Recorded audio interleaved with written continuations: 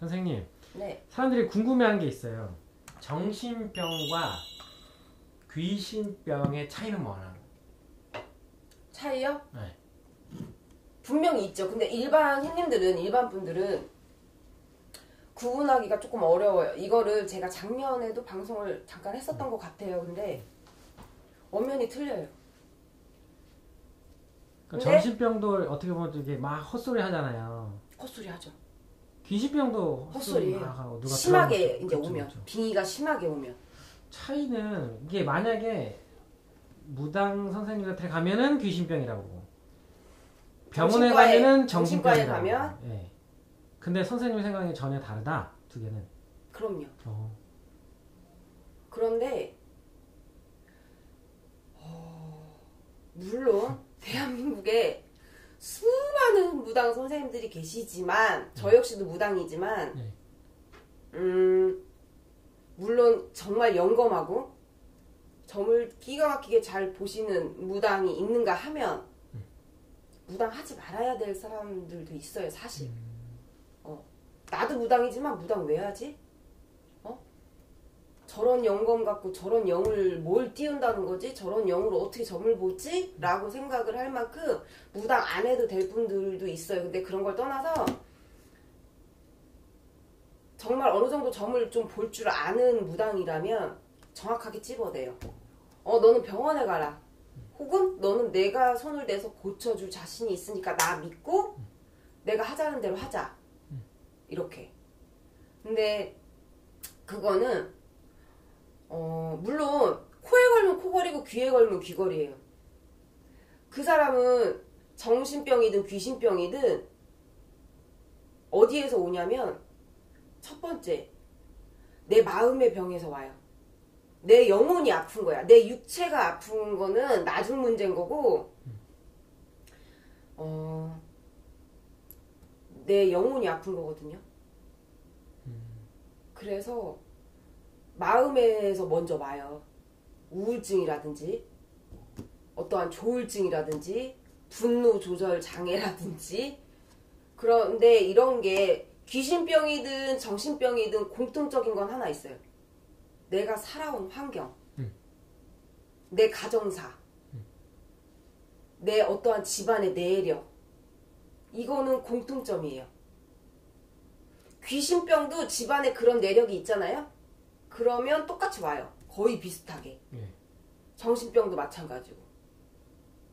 이거는 저는 그렇다고 봐요. 제가 점을 보고 상담을 하는 사례자들, 이렇게 손님들 뭐 구술을 해준 분도 있고 그냥 병원에 가라고 보낸 사람도 있고 뭐 여러 가지 다양한 사례자들이 있긴 한데, 그거는 딱 점을 보면, 점사를 보면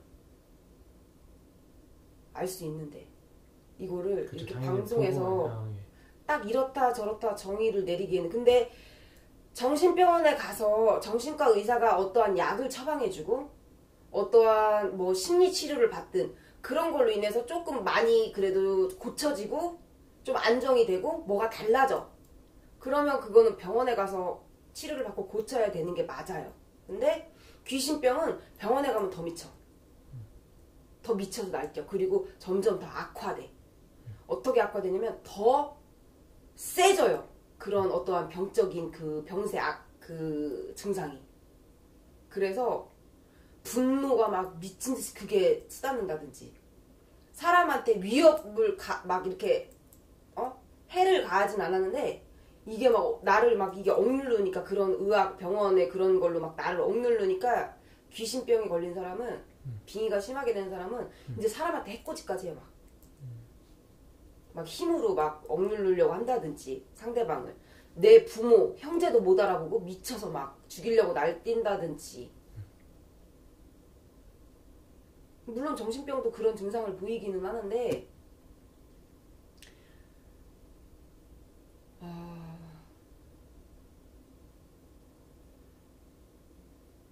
정신병은 술과 관련된 것도 굉장히 많거든요. 술. 근데 빙의는 술 때문에 시작이 됐어도 술을 안 먹어도 그런 이상한 증상이 나타나요. 그러니까 이게 되게 방송에서 이렇게 얘기하기가 어떻게 보면 되게 애매해서 직접 이제 보고 하는 일반 분들이 진짜 내가 이런 질환을 앓고 있어. 정신적인 네. 마음의 병이 생겨서. 근데 우울증도요. 귀신이 내 몸에 찾아와서 귀신이 집을 지어서 내가 어떠한 빙의가 걸려서 우울증이 생기는 게 있고 진짜로 우울증이 찾아와서 이게 생기는 게 있단 말이죠. 근데 정신병이든 귀신병이든 최후가 공통으로 또 겹치는 게 또 있어요. 둘 중 하나예요. 객사하던지 나가서 나도 모르게 아니면 내가 내 목숨을 끊던지. 그 최후는 정신병이 걸렸든 그냥 귀신병이 걸렸든 그런 내 죽음에 대해서 맞이했을 때 그런 죽음을 맞이할 가능성이 굉장히 커요. 그것 또한 이 두 가지 병이 같이 공통으로 또 겹쳐요. 근데 사실 정신병이든 귀신병이든 이런 증세가 있으면 두 가지 양방을 다 해봐야 돼. 무당한테도 상담을 받아봐야 되고요. 사실 정신과에 가서도 정신과 의사한테 전문의한테 어떠한 치료 방법이나 상담을 받아봐야 정확하게 알 수 있어요. 본인이. 아 이게 내가 무당 선생님한테 찾아가서 어떻게 처방을 받아서 이게 구수라든 뭐하든 고칠 건지 아니면 정신병원에서 어떠한 약물 치료를 하든 어떠한 다른 치료가 들어가든 해서 의사한테 내가 이거를 병세를 고칠 건지 이거는 본인이 단정 지을 수가 없기 때문에 무당한테 찾아가서도 상담을 해봐야 되고 정신과에 가서도 의사한테도 상담을 받아봐야 본인이 정확하게 어떻게 길을 잡아서 이 병을 고칠지 판단이 내려진단 말이죠. 근데 유튜브 방송에서 무당이 이건 정신병이다, 이건 귀신병이다 말하기가 애매하죠. 애매해요. 왜냐면 같이 겹치는 증상이 너무 많거든. 그 양상들이. 그래서 이런 요즘에는 그리고 사실 시대가 너무 많이 바뀌어버리고 사람들 자체의 그런 마인드나 생각이나 어떠한 내 환경이나 내 성격이 참을성이 없어요. 저 또한 마찬가지고 조금 힘들어도 조금 불편해도 참을성이 없단 말이죠. 사람들 자체가. 그렇기 때문에 이런 정신병이나 귀신병에 걸리는 사람들이 되게 많아요. 의외로. 겉으로 내 정신이 돌아왔을 때는 겉으로 이거를 내가 억누르고 내색을 안 할 뿐이지 사실 우울증도 정신병이거든요. 아까도 말했다시피 귀신병일 수도 있고 근데 나한테 정을 보려고 신당에 방문해서 들어오는 사람들도 빙의까지는 아니어도 다 귀신 데리고 와요. 10명이 점을 본다 하면 5명은 귀신 데리고 와.